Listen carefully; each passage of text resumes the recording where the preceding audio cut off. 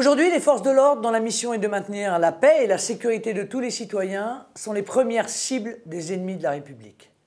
Dans certains quartiers, on leur tend des guet-apens, on jette des cocktails Molotov dans leurs véhicules. La semaine dernière, l'un d'entre eux a été la victime d'une attaque terroriste. Je suis allé à l'hommage que la nation a rendu à Xavier Jugelé, mort pour la France.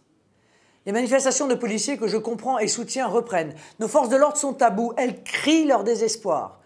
Au lieu de recevoir le soutien moral et matériel indispensable de l'État, nos forces de l'ordre sont méprisées et maltraitées par leur hiérarchie. C'est insupportable et cela doit cesser. Sous le quinquennat Sarkozy, 12 500 postes ont été supprimés. Hollande ne les a pas réellement rétablis.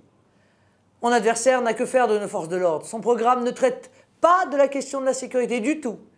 Ignore celle du terrorisme islamiste. Je rappelle d'ailleurs ces propos sidérants qu'il avait tenus au lendemain de la mort du policier sur les Champs-Élysées. Je ne vais pas inventer un programme de lutte contre le terrorisme dans la nuit. Sick. S'il était élu, la France connaîtrait une forte aggravation de la situation de nos forces de l'ordre. Je propose à l'inverse un projet global et précis pour renforcer notre sécurité et apporter aux forces de l'ordre tout le soutien de l'État.